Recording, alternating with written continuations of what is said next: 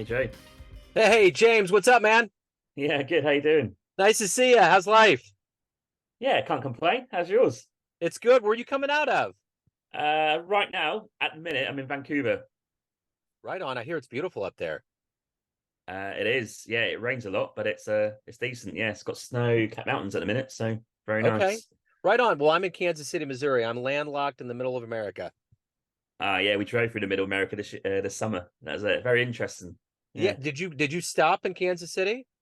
No, just a little bit north of that. We went along oh God, it's I-90. The What? one that goes Yeah. from, the one that goes from Boston all the way west to Seattle. That road, I-90, I think it's called. Okay. Yeah. Yeah. Yeah. Yeah. Yeah. Um, yeah, like South Dakota, Wyoming, uh, Indiana, Okay. Iowa, those sort of Okay. states, just a little bit further north.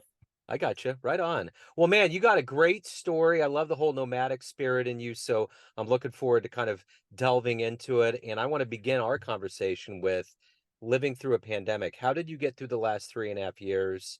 And how did it change you? God, that's a great question. Yeah, the podcast I do was born out of the pandemic because I couldn't travel anymore. I'm a bit of a traveler, like going to different countries and stuff.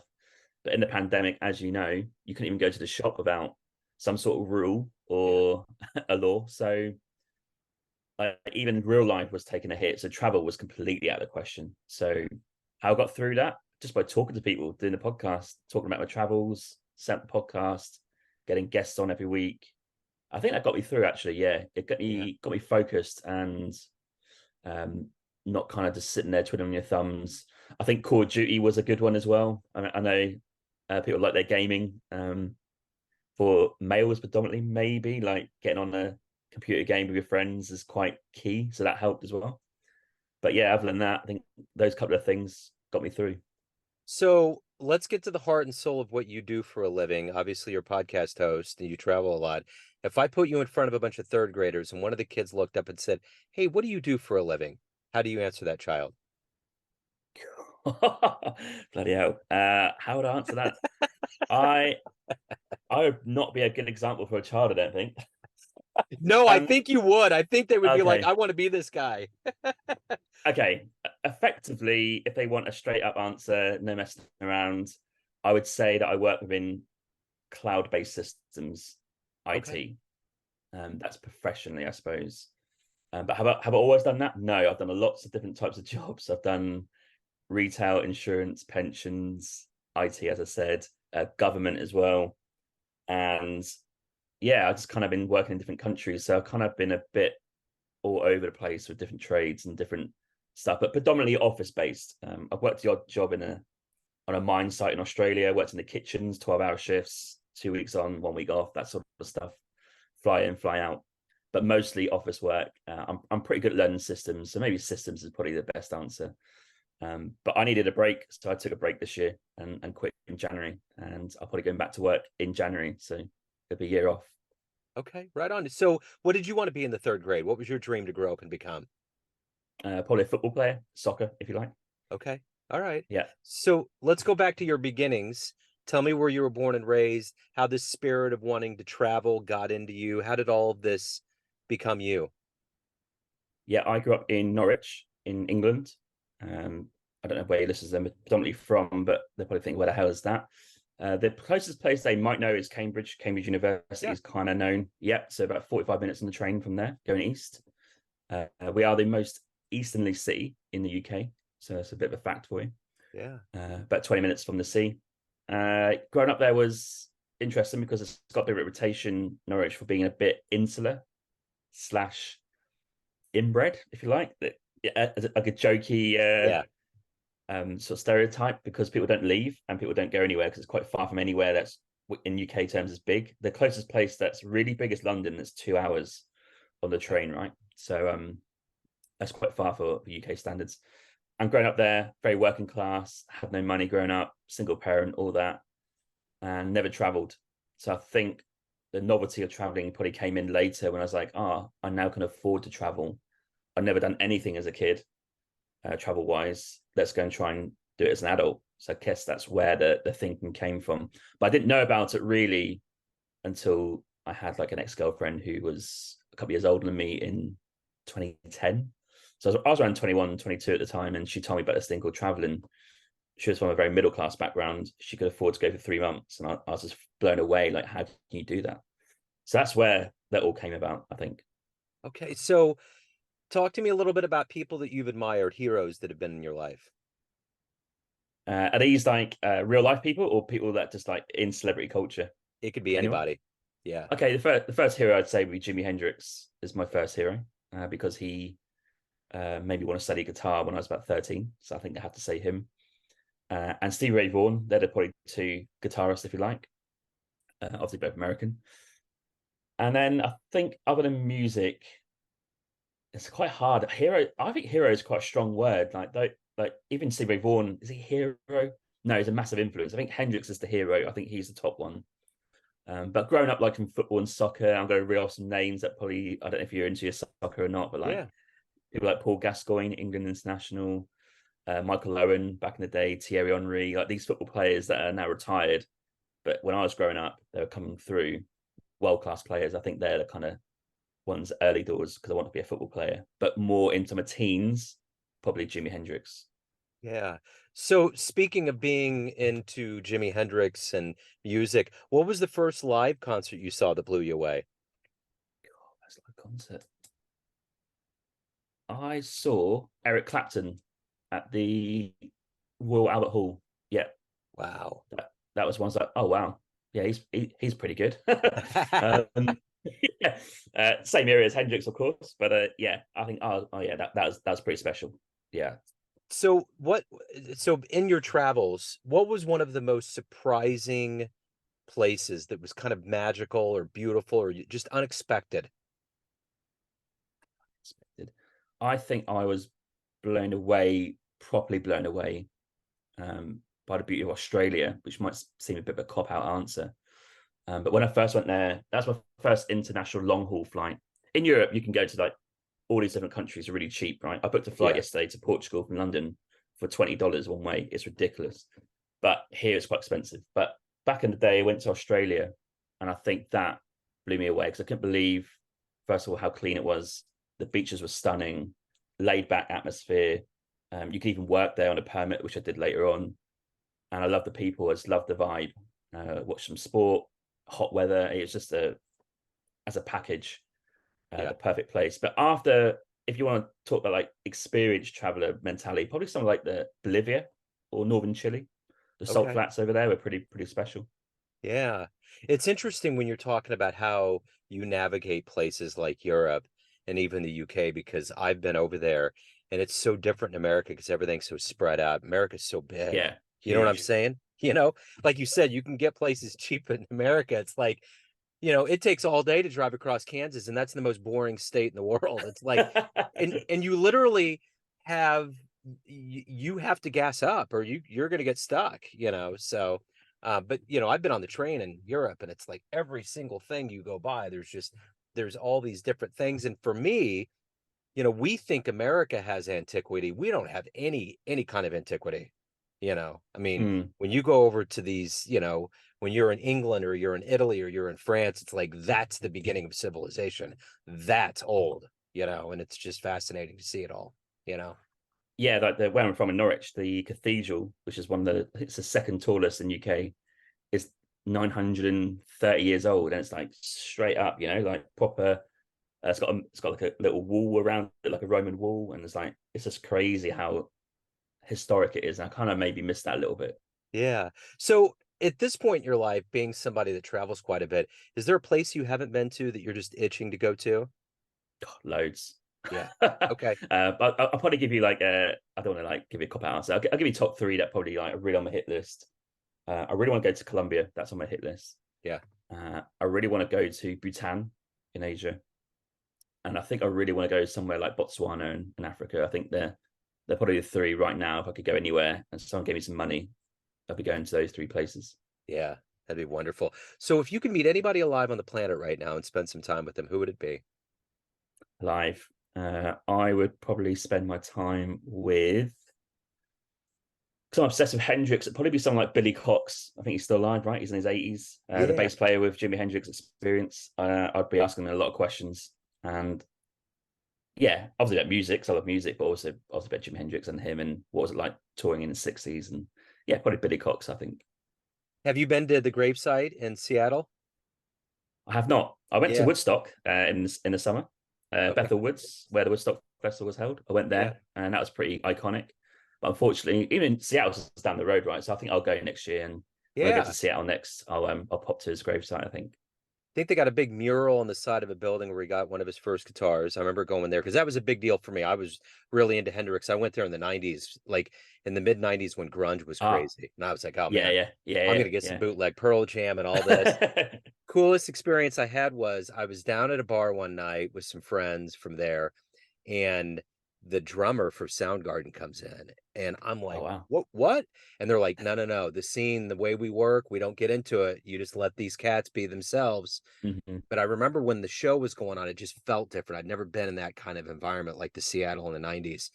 And the drummer was hitting his bass so hard, the mic fell off. And this is a full room. And of everybody in the room that ran up there to help this guy, the guy from Soundgarden did it. The biggest star in the room ran up there and put it up and kind of Nice. got tape, and it was cool. So Yeah, yeah, it's fun. But the gravesite for Jimmy, cigarette butts everywhere, of course. You know, everybody's up there smoking their cigarette and getting their yeah. pose, but it's pretty cool. It's nostalgic, you know. I kind of missed that. Like you mentioned, the grunge scene of the '90s.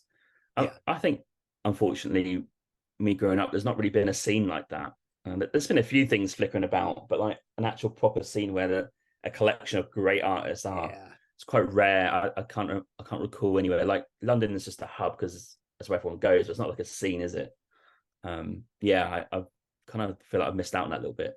But Brit Rock is always the it's the trendsetter. Like I've talked to people from the UK all the time. It's Yeah, like, you know, I mean, Bowie came from there, the Beatles came from there. I mean, Oasis and all these bands. There's a plethora of them, and it all yeah. began there. And there's this cauldron of creativity that oozes out of that area. So I always think, man, Brit Rock. If I had to choose something and I had to stick with it, it would be Brit Rock. That would be where I would stay. Yeah, I think you're right. I was born 10 years too late because when I first got into proper music guitar in your teenage years, bands like Blur and Oasis, that Britpop era, were coming to an end. Yeah. That was kind of coming to the end. That I'm quite into dance and trance music. That was coming. That's in my opinion, its heyday was coming to an end as well. So I sort of came into it at the end of it, where they're past their best. But if I was born 10 years earlier, I would have been in the grunge scene. I would have been in the Britpop scene in at its Yeah. height in the '90s. All that sort Uh-huh. of stuff. The trip hop scene. I love trip hop in the UK. Like all these scenes would have been great, but just born a little It's bit too we late. It's so weird you say that because I haven't properly thought about it and compartmentalized it that way, but it's almost like we're everything got so glossy in the studio and so lost in sales and Yeah, numbers that yeah, it got rid of that organic aggro feel to what we all loved about it, which was these scenes. Because even with Bowie, I mean, he ushered in this era of kind of counterculture and growing yeah, your hair out, androgynous, that whole thing, but like doing things like Space Oddity and these very eclectic mixes of music that brought in all these sounds. And anyway, yeah, it's weird, man, because it really hasn't, like arena rock's kind of gone away. The Foo Fighters are one of the last real bands yeah. that will fill Last it ones, up. yeah, yeah. Everybody else is retiring. I mean, I know the Stones came out with new music, but they're still, I mean, they're the Stones, you know. So you don't have these new bands coming up and rocking the house and creating scenes. But I think when we least expect it, it's going to come up because I that's hope so. it's the regenerative nature. I think sometimes you have to burn the forest down to regrow it. I totally agree, and I hope so. I hope you're right. Yeah. Like So, a band I do love growing up was Muse. They're like an English rock oh band, man, I and saw they them still. live. Oh yeah, you saw them live. Yeah, I they still saw rock out the stadiums and stuff. Yeah, man, dude, that lead singer, he's like, Matt you know, he's Bellamy. just a Yeah, little guy. Boom. I mean, he came out there and just completely kicked everybody's ass. Like yeah, the minute they came out, the lights came up. A good friend of mine's a huge fan, and it was kind of a quaint venue. And God, I remember that show, man. And it was just he, you know, I was far enough back where he was just this little Tom Cruise height stick figure just yeah. blasting us. It was He is great. a. I think in my era, he is one of the guys. You know, in rock, that is rock music. I think I see my era as like him, sort of Radiohead a little bit, but they're a bit less rocky. But Queens of Stone Age are probably still up there, and Arctic Monkeys. they're probably three that I can recall was like, oh yeah, they had a bit of a movement going. Yeah. And like you say, Foo Fighters always been there because of Dave Grohl, obviously, but they're always going to be huge. I think they're the kind of the 4 or 5 bands that are kind of still rocking it. But yeah, like I say, nothing's coming through, so I can tell Yeah. you really on a level with that who's coming Yeah. through. But hopefully it'll come back I in the think it future. will. Yeah, it's interesting. I was reading a book about how things get big, how things go viral, and they were Yeah. talking about how Radiohead spent all these years establishing themselves as a rock and roll band, and then Mm. here comes Kid A. Da da da da, and no one expected it. It's this Mm. electronic thing. I remember, I will never forget going to a seedy Midtown bar here in Kansas City, and it got loaded up on cheap beer, and I went and I got the album. And I was with a friend and we popped it in and we were good and liquored up and we leaned the seat back and that first song came on and we're like, holy hell, what is this? Like just because it, we're used to the bends and even Yeah. OK Computer, even though it was electronic, it still rocked out. But this was like different. Mm. And I think they had the latitude, the creative latitude to be like, you know what, this is what we're gonna do, and we're Radiohead and you already love us, so deal with it. Yeah. But I I love that loved attitude. it. I Yeah. mean, I Yeah. Yeah. I was fine with Amnesiac and all of those albums afterwards, so I, Hmm. I was on. I was on board. Yeah. Yeah. I fully back any band that just do what they want. Yeah. Yeah. And Big fan of that. that's Tom's way. I've seen Radiohead live, saw him in St. Louis, and I saw Tom York come solo. And his Okay. solo Yeah. thing, man, it's like, I mean, it's full on. That's his alter ego just exploding. Yeah. I've never seen live, so I have to put that in Yeah. my must do's. Yeah. Yeah, for sure. So, what is your motivation every day? What motivates you to wake up every day and to want to see the world and to be who you are? I have an intense curiosity to see the world, as you say there, like to actually see it. I think that's kind of driving me all the time. There's probably a few things I think about all day. We all have our own little thing, right? But travel it really is for me. Like I just love reading about it, watching it. I guess you can watch about it now on YouTube and Instagram and stuff like that. And I love just actually doing it. There's one unfortunate thing: it costs money, right? So unless you're rich and you've got a lot of money, you have to work for it. So if I'm working, it's probably working towards something like that. Yeah. Probably the only thing I'm not a materialistic guy. I don't really own things. I probably spend it all on experiences and going to countries. So yeah, I kind of live for that next experience, if you like, of going to a new place. It's quite addictive. It's funny you mentioned being late to the grunge scene because you think like a Gen Xer. I'm right in that Gen X thing, and we were the generation that was finally like, you know what? We're not going to be just doing the corporate thing. We're going to travel. We're going to do it, Mm, and if we have to scrape, and yeah. and make enough to go to the next place, that everything about you oozes Gen X, and um, but I've traveled enough and I haven't done it as much. I'm more of a family guy and I'm a little bit Mm, more reticent. But I love to travel still. But I remember going to places like Europe and seeing the world. I haven't been to places like you have, but that has to provide you such a level of experiencing this world and having empathy and having a heart that's so much fuller and you feel like you're actually living. I mean, there has to be something that's so gratifying about that. yeah, you have to be a bit humble, right? And be prepared to get stuck into hanging out with locals or hanging out with local activities. Because if you just stick to your hotel and do the tour the hotel gives you or the hostel gives you, then it's good, but it's not going to be a full on experience. So I do try and make an effort to try and understand. You can never understand fully, but like, what are the locals up to? What is their story? What they think, and each country and each region of the world's got their own thoughts, and that's definitely worth learning because it can make you a better person, I think, going forward. There's incredible benefits if you go to the workplace and you've been to a lot of countries like you have and traveled. You've now got a much wider perspective and Yeah. probably much better worldly people skills that can only benefit you in your work because I don't know. I don't see a bad point to it. Like, how can there not? Yeah. How can there not be a good side to it? So I think it really does help you out. Um, yeah, it's funny you say I'm a Gen Xer as well because I'm definitely millennial because I was born in '89. But I don't. My era is a bit weird. I still have memories of buying tapes and like taping off the Yeah. radio. So I have Yeah. that mix of like before internet was here. So I still remember those days. Uh-huh. It's gone so quickly now that it's hard to even remember those days. But I'm Blinding. still sort of on the cusp of I was getting into teenage years when Spotify wasn't around, Yeah. weren't around. Like Facebook was just coming in like early 2000s. Like it just, yeah, I still remember those days. It's It's quite wild. strange for people. Yeah, it's really wild. It's interesting too about the people that you run into in places like one of my best friend, the godfather of my son, he went to Iceland, saw the Northern Lights and Oh, kind of Rome. amazing. Yeah. And he was talking about running into some death metal dude that was totally cool, but it was like the least expected thing. But Rainn Wilson from The Office has a show Oh called yeah. Pursuit of Yeah. Happiness, and he's Yeah. traveling because he's always chronically been a little unhappy. And I didn't realize the people of Iceland are some of the happiest people on the planet.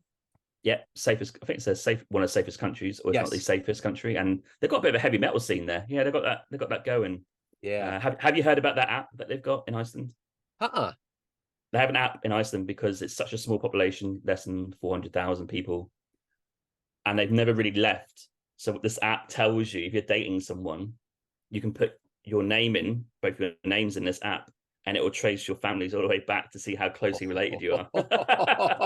Because they obviously an island that no one really goes to. It's quite tough to live there. It's cold, right? So they have this apps to make uh sure you're not too close to, yeah, too close to wow. your Could you dating partner. imagine somebody spends their whole life, they fall in love in their whatever 30s or 40s, and they find that it's a Put it in the long app eventually. Yeah, what a crazy narrative, man. yeah. um What a country. Yeah. yeah, absolutely. So let's say you have a dream tonight. You run into a much younger version of you, say in high school, and you Mm. could give that version of you a piece of advice based on the world you've seen so far, the wisdom you've gained. What advice would you give your younger self? Oh, that's a great question. The one advice I give myself, which would enable me now probably to carry on the dream, if you like, I tell myself, get stuck into the computer stuff. Because don't forget when computers are really coming in, like the apps and the, I guess not, it's not AI is now, but like all the, I get it seems old now, like the previous stuff before AI was coming in, like the laptops and the apps and the smartphones. Get stuck into learn how it works, Yeah. or learn something within it that you can work on your laptop, and you don't need to be anywhere location dependent. Because what stopped me is I can't really earn online. I can, but I don't really have my own thing. So I would tell my younger self, get something that you're good at, learn it, do it online. So therefore, in the future, you just need a laptop and a reasonably good internet, Yeah. and that would enable you to work whilst you travel and kind of not always be fixed to one place you don't want to be in. That would probably be my like life advice. And then number two, just probably tell myself to just get out there a bit more. But I did travel quite a bit when I was younger, so I can't really criticize myself too much. But yeah, Yeah. probably something like that. That's the thing about the 90s when I got into technology, because I'm an IT technician by day for a school district. Oh, okay. Yeah. So I would get grandfathered in because people that are rich and own companies are cheapskates. So they were like, okay, you're doing desktop publishing. Why don't you do the website, or why don't you look at this mainframe? And Mm, that was before certifications. Your certification was just having yeah. somebody that said, go ahead and take this over, and you learned Yeah. it on the job, Yeah. which was great, you Yeah. know. Anything like that would have been great now, because now is really coming to its fore where if you can work on a laptop, you can work anywhere in the world. Absolutely. And you don't have to travel fast. You can travel slowly. Then you don't have to like see things in 2 weeks. You can see what you see in 2 weeks in 2 months, because you can just work a little bit, take your time. That Yeah. sort of dream. So yeah, I'd Yeah. tell myself that. So of all the things you've done so far in your life, what are you the proudest of? I'm actually proud of the podcast. Actually, yeah, Yeah. yeah. Yeah. It's quite a new venture. Yeah. I'm proud of all the travel and all that. Don't get me wrong, but this is something that I put a lot of work and effort into, and I'm quite relentless with it. I don't seem to stop. So obviously, it's something I like. I'm a notorious starter and finisher, as a lot of people are with things, right? Back in Yeah. the past, but this one I've kept up. I love meeting people like you, Yeah. talking about stuff, and I just kind of feel like maybe that's the direction I'm going in. Like being a podcaster seems pretty cool. You just talk to people, talk about subjects, and as long as you're kind of well read and knowledgeable in your subjects, it Yeah. seems a pretty cool job to me. It's pretty therapeutic too, especially the way that America works with everything being so divided. I think we're all really Yeah, on common grounds. We have a lot of things that are very similar that we want in our lives and that are going to make us yeah, happy. You know, hmm there definitely is a magic to it. I've been doing this for so long, I can't believe that podcasting's hip. I'm like, I was just interviewing musicians for years and years, oh and yeah, then yeah. all of a sudden the pandemic comes and it's like, wait, this is hip now? So they're making movies and it's in pop culture and everybody talks about podcasts and it's Yeah, pretty yeah, cool, you know. yeah. I'm pretty late to the game, but 3 years ago, because podcast's been around for what, 10 years, if you like. Yeah. But yeah, it's I think there's still potential here, and I think we've both got to keep going, because I do believe in the next 5 years or 10 years that I think podcasts will be huge. It's just Yeah. starting to get rolling, I think. Yeah. And I think that, like anything, when it's a fad, you get people that will come in and they'll come out, but Yeah, yeah, those that yeah. really grab hold, I think it continues to just grow and grow, but it's good fun. So at the end of the day, everyone out there has a perception of you, family, Mm. friends, clients, colleagues, everyone that you deal with, but you ultimately run the show. What's your perception of you? Who do you think you are?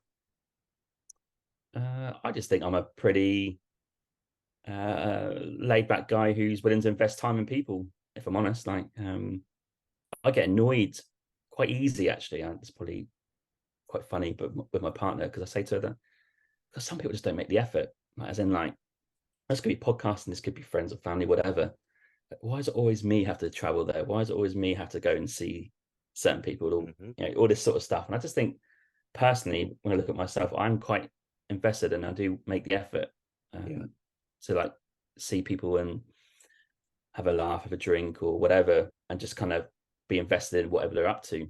Yeah. So I think I'm just like that kind of guy. I think you do have to be if you're doing a podcast where you interview guests, which I do every week, which I do love. It's a lot of work, don't get me wrong, but I think because I'm that sort of person, my perception is that every time someone comes onto the podcast, they always say how relaxed it is, how they have fun is the main thing as well.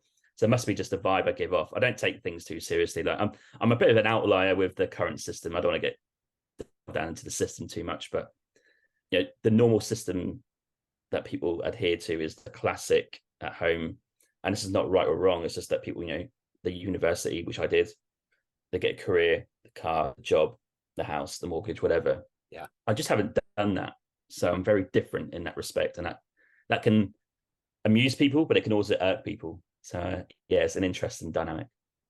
We have to pick our own adventure, man. It's all good. Yeah. That's for sure. And there's no right or wrong way. There's like, No. I'm not saying that way's wrong or that way's right. Yeah. I'm just doing my own thing. And most people are cool with it. Some people think, question it, like, what you're doing, like, should we be doing this? So yeah, it's Yeah. cool. Yeah, it works for you. So if anyone wants to listen to your podcast, learn more about you, reach out, anything about your world, where do they go? Yeah, I have my podcast, the Winging It Travel Podcast. It's a weekly long format interview style, conversational about travels and stories and stuff like that. So they can find that on Apple Podcasts or Spotify Classic, Google Podcasts, Audible, all the classics. I'm also on YouTube. I'm now going into YouTube next year, so I'm going to start doing some content on there. So you can subscribe on there. That'd be pretty cool. It's quite new. Yeah. And then for following, Instagram's probably the main one. I'm on Facebook too, TikTok as well. And I do have a website. It's not the best, but it's jameshammond.org. Right on. James, this has been great, man. Thank you so much. Keep looking at the world, man. I love living vicariously through you cats, doing this nomadic march through the world. So keep it up and best of luck with everything. Cheers, Joe. It's been actually really good fun. I really enjoyed this chat. Thanks so much for having me on. Me too, man. Cheers. Take care.